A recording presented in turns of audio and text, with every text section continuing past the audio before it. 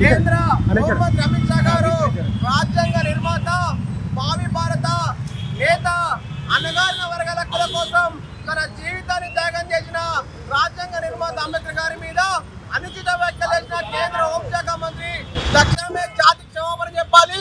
భారతదేశ ప్రజలందరినీ కూడా అవమానించిన విధంగా అమిత్ షా మాటలు తక్షణం వెనక్కి తీసుకోవాలి. కేంద్ర ప్రభుత్వానికి ఇప్పటికైనా మోడీ గారికి అంబేద్కర్ గారి మీద ఏమైనా గౌరవం ఉంటే తక్షణం అమిత్ షాను తన మధ్య నుంచి భద్రపడాలని చెప్పేసి తెలంగాణ జనసమితి పార్టీగా డిమాండ్ చేస్తా ఉన్నాం. హైదరాబాద్ రాష్ట్ర కార్యాలయం సమీపంలో కేంద్ర మంత్రి అమిత్ షా గారి ఆహ్వానం చేయడం జరిగింది. ఇప్పుడు కేంద్ర అధ్యక్షుడు నర్సయ్య గారు ఈ సభ నుంచి మద్దతు కోరుతా ఉన్నాం. ఈరోజు భారత జాతి సిగ్గుతో తలవంచుకోవాల్సిన అవసరం ఏర్పడ్డది.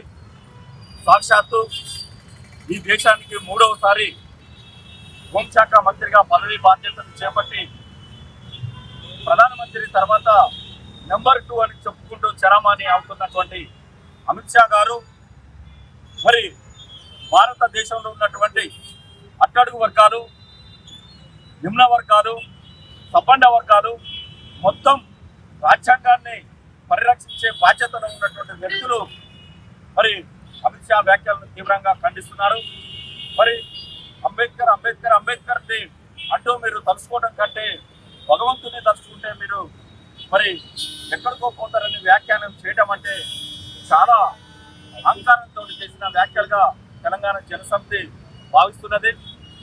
భారత రాజ్యాంగాన్ని అవమానించడమే కాకుండా భారత ప్రజలను అట్టడుగున ఉన్న వర్గాల వారిని అవమానించినట్లుగా తెలంగాణ జనసమితి పార్టీ భావిస్తూ మరి కేంద్ర హోంశాఖ మంత్రి చేసిన వ్యాఖ్యలను వెంటనే వాపసు తీసుకోవాలా, తాము చేసిన వ్యాఖ్యలకు మొత్తం క్షమాపణ చెప్పాలా, భారత ప్రజలకు క్షమాపణ చెప్పాలని ఈ సందర్భంగా డిమాండ్ చేస్తున్నాం.